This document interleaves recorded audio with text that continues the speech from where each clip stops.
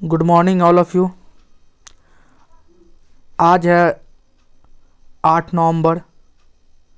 आज का current affair हम लोग देखने वाले हैं। हम लोग का क्लास डेली करंट अफेयर का है।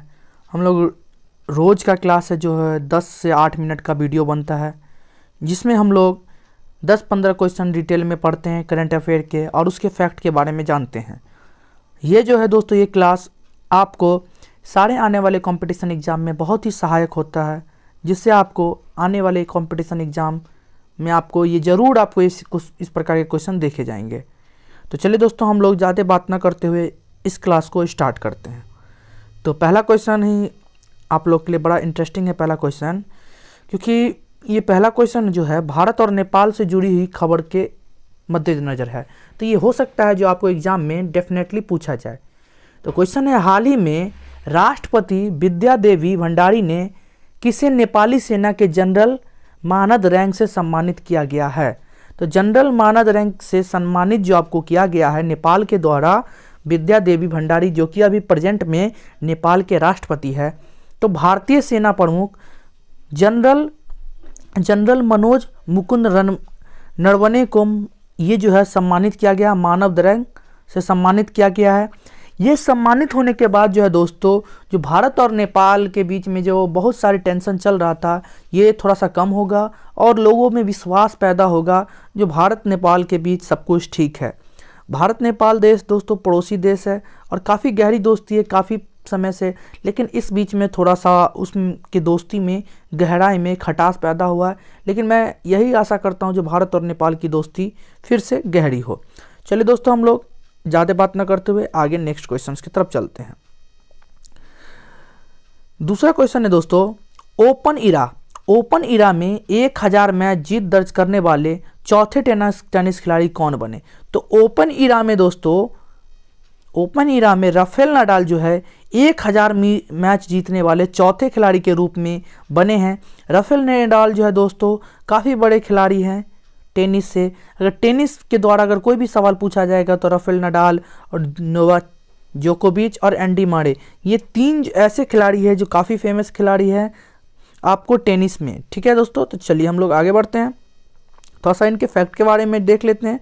राफेल नडाल है दोस्तों 4 नवंबर 2020 को फेलिसियानो लोपेज को हराकर अपना 1000वां टूर स्तर का मैच जीत लिया। और राफेल ने दोस्तों रोलेक्स पेरिस मास्टर के तीसरे दौर में पहुंच गए हैं। इसके साथ ही उसने ये पेशेवर टेनिस खिलाड़ी ओपन में 1000 मैच जीतने वाले दोस्तों ये चौथे खिलाड़ी बन गए हैं।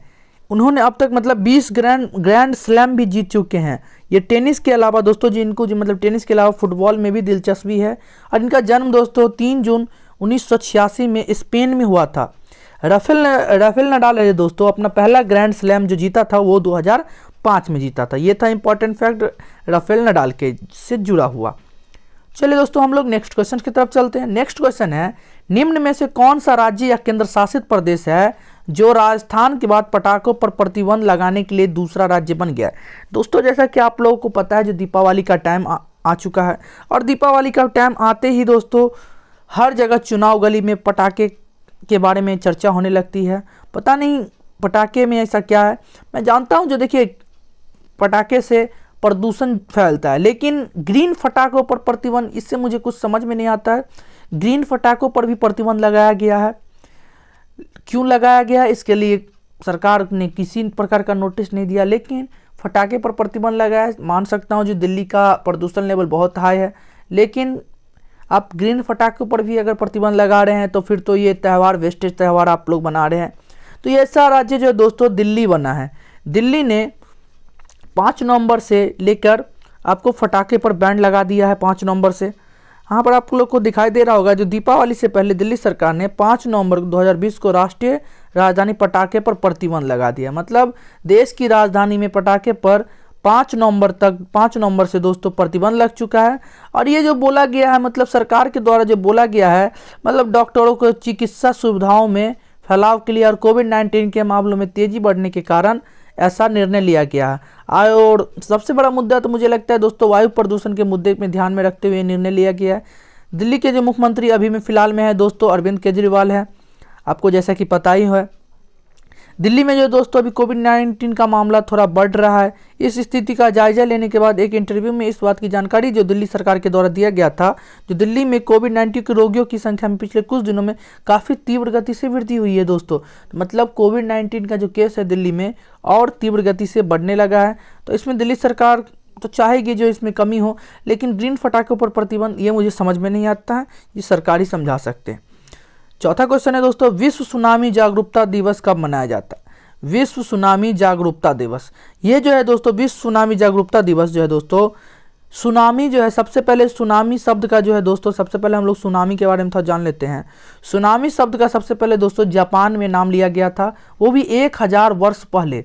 तो समझिए जो सुनामी जो आप लोग को पता है जो होगा, जो जापान जो है दोस्तों सबसे ज़्यादा बाढ़ मतलब सुनामी झेलने वाला देश है। तो ये जो है दोस्तों विश्व सुनामी जागरूकता दिवस 5 नवंबर को मनाया जाता है। विश्व सुनामी जागरूकता दिवस है दोस्तों 5 नवंबर को मनाया जाता है।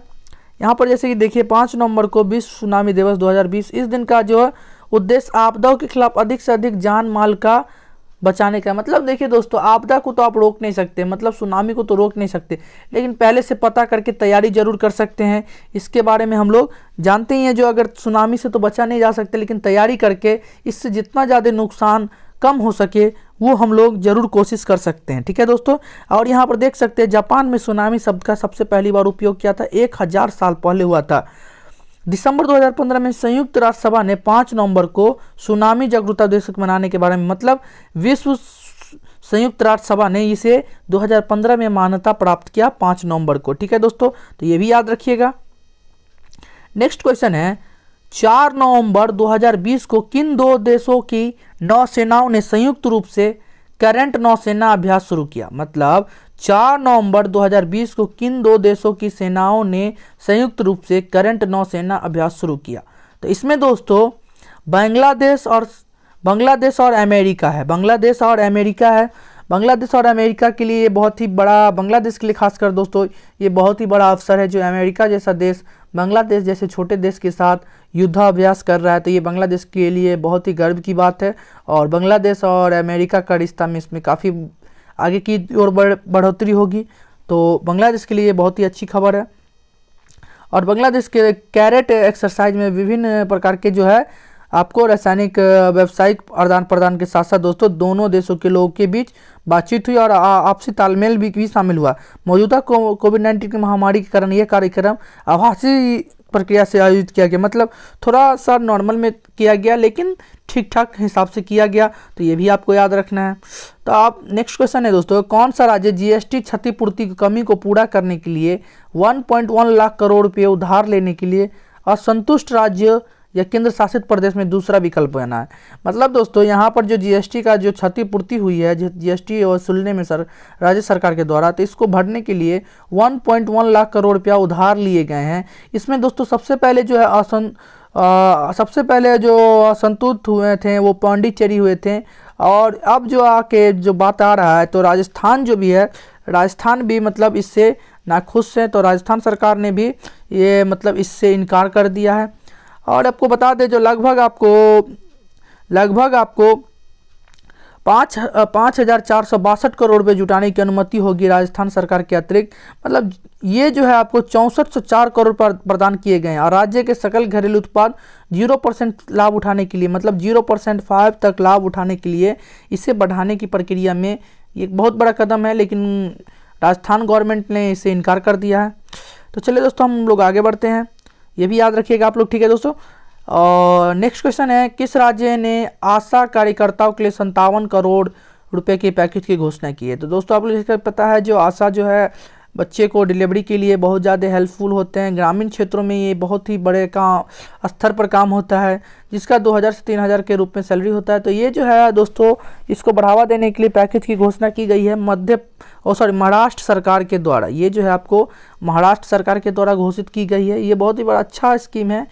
यहाँ पर आपको बता दें जो महाराष्ट्र के जो स्वास्थ्य मंत्री है दोस्तों राजेश टोपे द्वारा ये 3 नवंबर 2020 को एक घोषणा में ये आशा कार्यकर्ता को राज्य सरकार द्वारा 57 करोड़ रुपये की आर्थिक पैकेज दिया गया है। ये काफ़ी अच्छा है। और दोस्तों और इस कार्यकर्ता के अनुसार जो इनका भत्ता जो है दोस्तों 2000 से 3000 के रूप में बढ़ा दिया गया है। स्वास्थ्य मंत्री ने यह भी बताया कि आशा कार्यकर्ता को जुलाई से और अक्टूबर के बीच की अवधि के लिए बढ़े हुए भत्ते प्रदान किए जाएंगे। ठीक है दोस्तों, ये भी याद रखिएगा। नेक्स्ट है 8वां नंबर क्वेश्चन है दोस्तों, किस राज्य ने स्पंज आयरन और स्टील क्षेत्र में निवेश के लिए एक नई औद्योगिक नीति की पेश की है? तो मतलब स्पंज और आयरन में स्टील क्षेत्र में निवेश करने के लिए नई उद्योग नीति जो घोषित की है, तो इसमें आपको छत्तीसगढ़ राज्य हो जाएगा। छत्तीसगढ़ दोस्तों काफ़ी ज़्यादा तरक्की कर रहा है, काफ़ी ज़्यादा बढ़ोतरी हो रहा है ये सब चीज़ में। तो भारत के राज्य के जो छत्तीसगढ़ है सरकार ने स्पंज आयरन और स्टील के क्षेत्र में अल्ट्रा मेगा परियोजना की स्टार्ट किया है दोस्तों। ये बहुत ही बड़ा परियोजना है और इसे विशेष प्रोत्साहन पैकेज प्रदान करने के लिए नई उद्योग नीति पेश की गई है। छत्तीसगढ़ सरकार ने आधारिक बयान के अनुसार स्पंज आयरन और स्टील सेक्टर के दोस्तों 60% से बढ़ाकर 150% तक कर दी गई। इस पहल के तहत अधिकतम 500 करोड़ रुपया का निवेश प्रोत्साहन केवल बस्तर के लिए 1000 करोड़ रुपया का मान्य होगा। इसका परियोजना का लाभ उठाने के लिए दोस्तों संबंधित इकाइयों में 31 अक्टूबर 2024 तक इसका उत्पादन शुरू करना होगा। तो ये जो है छत्तीसगढ़ के लिए एक बहुत ही बड़ा परियोजना है दोस्तों। तो देखते हैं हम लोग कितना सफल हो पाता है। नेक्स्ट है 9वां नंबर क्वेश्चन है, किस बैंक ने चालू वित्त वर्ष की मजदूरी तिमाही में किस बैंक ने चालू वित्त वर्ष के दूसरी तिमाही में अपने लाभ में 52% की वृद्धि की है? तो 52% की जो वृद्धि है दोस्तों भारतीय स्टेट बैंक ने की है। और ये दोस्तों अच्छा वृद्धि है भारतीय स्टेट बैंक के द्वारा। जिस समय की स्थिति है उस समय के हिसाब से ये वृद्धि काफ़ी अच्छा है। तो आपको बता दें कि ये दूसरी तिमाही के लिए आपको इतना करोड़ रुपया का SBI समूह के मूल आय का समकक्ष अधीन तिमाही के दौरान इतना करोड़ रुपया हो गई है, जो कि एक साल में पहले की समान अवधि से इतना करोड़ पे थी। बैंक ने 30 दिसंबर तक 2020 तक कुल कर्ज के मुकाबले उसकी सकल गैर निषादित संपत्तियों को द्वारा घटाकर 5.28% कर दी, जो एक साल पहले की समान स्थिति में इतना प्रतिशत थी। तो इसमें प्रॉपर्टी में भी थोड़ा सा गिरावट तो जरूर आया है घटकर, लेकिन अभी जो है हाल फिलहाल में SBI को जो अच्छा प्रॉफिट हुआ है। आज इसका दोस्तों हम लोग का लास्ट क्वेश्चन है, भारत ने खगोल विज्ञान के क्षेत्र में वैज्ञानिक एवं तकनीकी सहयोग के विकसित करने के लिए किस राष्ट्र के साथ एक समझौता ज्ञापन पर हस्ताक्षर किया? तो ये दोस्तों आपको किस राज्य के साथ? तो भारत ने स्पेन के साथ ये समझौता, ये इसमें दोस्तों साइंटिस्ट के नए साइंटिस्ट के तकनीकों और ज्ञान को संजोया जाएगा और इस पर मतलब साझा किया जाएगा, मतलब एक दूसरे के साथ समझौता में इसमें साझा किया जाएगा। तो इसको देखिए हम लोग बहुत अच्छी तरह से समझ सकते हैं। जो केंद्रीय मंत्रिमंडल है ना दोस्तों 4 नवंबर 2000 को इंडियन इंस्टीट्यूट ऑफ एस्ट्रोफिजिक्स मतलब IIA में बेंगलुरु और स्पेन के इंस्टीट्यूट डी एक्स्ट्रोफिशिया में डी कॉर्नेजा IAC और जिलियंस SAGTC के बीच खगोल विज्ञान और क्षेत्र में सहयोग के लिए वैज्ञानिक और तकनीकी गतिविधियों में विकास के लिए दोस्तों एक समझौता पर हस्ताक्षर हुआ। ये समझौता है जो दोस्तों अंतर्गत जिन गतिविधियों पर ध्यान दिया जाएगा उनमें वैज्ञानिक है, परिणाम है और नई तकनीकों पर वैज्ञानिक संवाद और परीक्षण में वृद्धि से क्षमता का निर्माण होगा, संयुक्त वैज्ञानिक परियोजना की शामिल होगा। तो ये से दोस्तों बहुत ज़्यादा वृद्धि होगी इसमें, तो एक दूसरे का जो है नॉलेज शेयर होगा यहाँ पे। तो ये था दोस्तों आज का हम लोग का लास्ट क्वेश्चन। 10 क्वेश्चन था आज करंट अफेयर क्लास में। तो इसी तरह 10, 8, 10, 15 क्वेश्चन आपको करंट अफेयर के डेली मिलेगा क्लास में। तो आशा करता हूँ दोस्तों आप लोग को जो ये वीडियो है दोस्तों पसंद आया होगा। अगर आप लोग डेली करंट अफेयर देखना चाहते हैं तो हम ये चैनल ज़रूर आप सब्सक्राइब कर ले और याद रख ले जो दीपक सर जी के का चैनल है, जो यहाँ पर आप दोस्तों करंट अफेयर के साथ साथ आप 10वीं कक्षा के केमिस्ट्री क्लास और केमिस्ट्री क्लास मतलब 10वीं कक्षा नहीं कंपटीशन लेवल के लिए भी आप पढ़ सकते हैं और काफ़ी अच्छा क्लास होता है। आप लोग जाके वहाँ देख भी सकते हैं जो किस प्रकार का क्लास होता है। तो मैं यही कहूँगा जो आप लोग जुड़े रहें। और रही बात टेलीग्राम ग्रुप में आप PDF ज्वाइन करने के लिए ले सकते हैं। अगर किसी को भी PDF अगर प्राप्त करना है तो वो टेलीग्राम ग्रुप में ज्वाइन हो जाए और वहाँ से आपको PDF की प्राप्ति हो जाएगी, जिसका लिंक मैंने डिस्क्रिप्शन बॉक्स में दे दिया है। तो डेली करंट अफेयर के साथ जुड़िए और अपना नॉलेज को बढ़ाइए और अपने एग्जाम के प्रति एक स्टेप और बढ़िए। तो आशा करता हूँ वीडियो आपको दोस्तों पसंद आया होगा।